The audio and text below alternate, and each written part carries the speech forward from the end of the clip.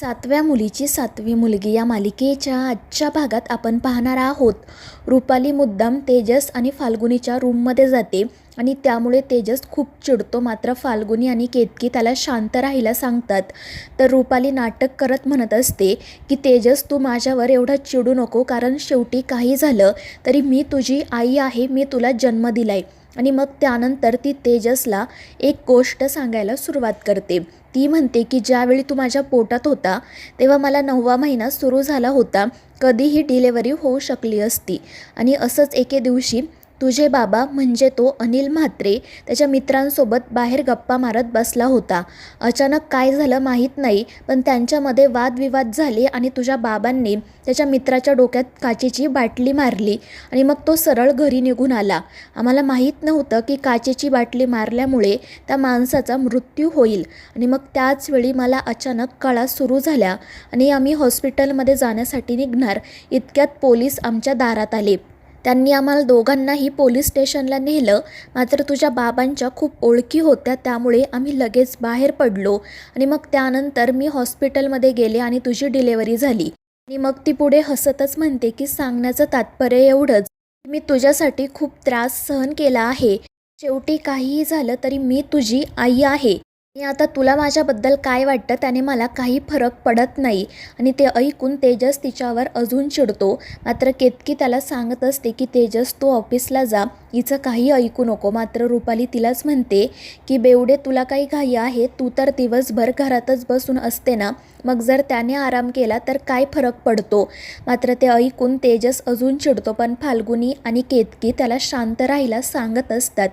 तर रुपाली मुद्दाम फाल्गुनीला म्हणते की जा, तुझ्या या लाडक्या काकू मला एक पेग आणून दे आणि चकना पण दे, म्हणजे ती वर गॅलरीत जाऊन बसेल. आणि मग त्यानंतर ती तेथून निघून जाते. मात्र ती हसतच या तिघांकडेही बघत असते. तर केतकी ती गेल्यानंतर लगेच दरवाजा बंद करून घेते. दुसरीकडे नेत्रा अद्वैत आणि इंद्राणीला जाऊन भेटते. अद्वैत म्हणत असतो की त्या अस्तिकाच्या तोंडात नक्कीच काहीतरी आहे, आपल्याला ते लवकरात लवकर शोधून काढायला हवं. त्यावर नेत्रा म्हणते की हो साहेब, पण आपण संयम ठेवायला हवा.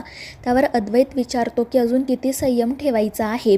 त्यावर नेत्रा म्हणते की मी तुम्हाला संयम ठेवायला सांगते कारण त्यामागे तसंच कारण आहे. त्यावर अद्वैत विचारतो काय कारण. तर नेत्रा सांगते, ज्या गरुड देवांच्या मूर्तीमुळे अस्तिकाचं खरं रूप आपल्या समोर आलं होतं, ज्यांच्या आरतीमुळे अस्तिका नागरूपात आली होती, आज त्याच गरुड देवांची आरती ती अस्तिका म्हणत आहे आणि घरभर फिरत आहे. म्हणजे नक्कीच तिच्याकडे अशी शक्ती असणार जी गरुड देवांच्या शक्तीपेक्षा वरचढ आहे आणि आपल्याला ती शक्ती शोधून काढायची. त्यानंतर ती इंद्राणीला असंही म्हणते की कदाचित 4थ्या आणि 5व्या पेटीमध्ये याचा काहीतरी उल्लेख असेल. मात्र एवढं नक्की की ती शक्ती खूप शक्तिशाली आहे. आणि त्यानंतर ती अद्वैतला सांगते की म्हणूनच आपल्याला संयमाने पावलं टाकावी लागतील. आपण जर घाई केली तर गोष्टी आपल्या अंगलट येऊ शकतात. आणि नेत्राचं ते बोलणं अद्वैत आणि इंद्राणीला सुद्धा पटतं. मात्र ती नेत्राला असंही सांगते की आपण या गोष्टीसाठी जास्त वेळ घालवू शकत नाही, कारण तिकडे रुपाली एक नवीनच डाव खेळत असायची आणि आपण मात्र इकडे विचार करत राहायचो. तर दुसरीकडे केतकी आणि फाल्गुनी तेजसला समजावत असतात, पण तो खूपच चिडलेला असतो. तो म्हणत असतो की मी त्या विरोचकाला आणि त्याच्या नागाला सोडणार नाही. आणि तितक्यात रुपाली पुन्हा त्या ठिकाणी येते. ती म्हणते की तेजस, जर तुला तुझ्या लहानपणीच्या आठवणी ऐकायच्या असतील ना तर माझ्याशी नक्की कॉन्टॅक्ट कर, मी तुला सगळं काही सांगेल. त्यामुळे तेजस अजून चिडतो. तर रुपाली म्हणत असते की ठीक आहे, आता तू जा ऑफिसला. आणि ती बेडवरून त्याची बॅग घेऊन येते. मात्र बॅगसोबतच ती त्याखाली लपवलेला तिचा मोबाईलही त्यांच्या नकळत बाहेर काढते. बॅग तेजसकडे देते आणि पटकन तेथून निघून जाते. आणि मग त्यानंतर ती तिच्या रूममध्ये जाऊन मोबाईलमधील रेकॉर्डिंग ऐकत असते. तिने या तिघांचंही बोलणं रेकॉर्ड केलेलं असतं. आणि जेव्हा रुपाली पहिल्यांदा त्यांच्या रूममधून बाहेर पडलेली असते त्यावेळी मग केतकी तेजसला शांत करत सांगत असते की तेजस, तू असा पॅनिक होऊ नको, आपल्याला कळलं आहे ना आपली खरी नेत्रा कोण आहे ते. मग आता यापुढे जे काही करायचे ते अद्वैत आणि नेत्रा करतील. आपल्याला त्या विरोचकाला त्याच्याच भ्रमामध्ये गुंतवून ठेवायचं आहे. त्याला कधीच कळता कामा नये की आपल्याला सत्य समजलं आहे ते. आणि हे सगळं काही ऐकून रुपाली खूप चिडते. ती मनाशी म्हणत असते की हे सगळं काही त्या अस्तिकामुळे झालं आहे. आणि मग ती ठरवते की आता समोरच्याने शस्त्र उचलण्याआधी मी त्यांच्यावर वार करायला हवा. आता या घरात रक्ताचे पाट वाहणार. तर दुसरीकडे अस्तिका तिच्या रूममध्ये अस्वस्थपणे फेऱ्या मारत असते. ती म्हणत असते की नेत्राने नक्कीच तो मणी पाहिला असणार आणि आता ती काहीतरी नक्कीच करणार. मात्र त्याआधी मला विरोचकाशी बोलायला हवं.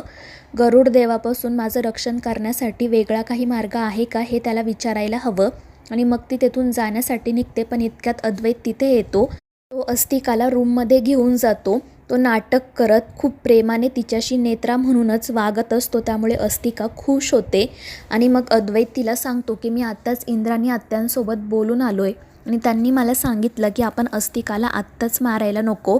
आपण विरोचकाला आणि अस्तिकाला अजून काही दिवस असंच खेळवत ठेवू आणि मग त्यानंतर एक दिवस अस्तिकाला मारून टाकू. आणि हे सगळं काही ऐकून अस्तिका घाबरते. मात्र त्यानंतर ती अद्वैतला विचारते की त्या अस्तिकाने तुम्हाला माझ्याबद्दल काही सांगितलं का? मागाशी नाश्ता करताना ती जे काही बोलत होती त्याबद्दल ती पुन्हा काही बोलली का?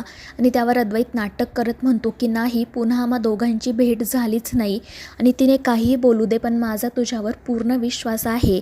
मला माहिती आहे की तूच माझी नेत्रा आहे आणि अद्वैत नेत्राला कोणीही वेगळं करू शकणार नाही. आणि जर कोणी तसं करण्याचा प्रयत्न केला तर मी त्याची अशी अवस्था करेल की तो स्वतःहून माझ्याकडे मरण मागेल. आणि अद्वैत हे सगळं बोलत असतानाच अस्तिकाला रुपालीचा आवाज ऐकू येतो की जिथे असशील तेथून सरळ माझ्या रूममध्ये ये, कारण अद्वैतला आणि घरातल्या इतरांना समजले की तूच अस्तिका आहे. आणि ते ऐकून अस्तिका खूपच घाबरते. ती फक्त अद्वैतकडे एकटक बघत असते आणि मग त्यानंतर ती त्याला सांगते की माझं किचनमध्ये एक काम आहे आणि ती पटकन रूममधून बाहेर पडते. तर अद्वैत हसतच तिच्याकडे बघत असतो. दुसरीकडे अस्तिका रुपालीकडे जाते. ती खूप घाबरलेली असते आणि रुपालीला विचारते की विरोचका, माझ्यासाठी काय आदेश आहे? तर रुपाली तिला जमिनीवर बसायला सांगते आणि मग ती अस्तिकाचे केस ओढत म्हणते की हे सगळं काही तुझ्यामुळे झालं आहे. मी तुला सांगितलं होतं की माझ्या आदेशाचं पालन कर. तुला तुझं डोकं वापरण्याची काही गरज नव्हती. तुझ्यामुळे ती त्रिनयना देवी आणि तिच्या त्या लेकी माझ्यापेक्षा वरचढ ठरल्या. मी तुला त्या दिवशीच सांगितलं होतं की अद्वैतला संपवून टाक, मात्र तू माझ्या आदेशाचं पालन केलं नाही. त्यामुळे आता तुला मी संपवणार आहे.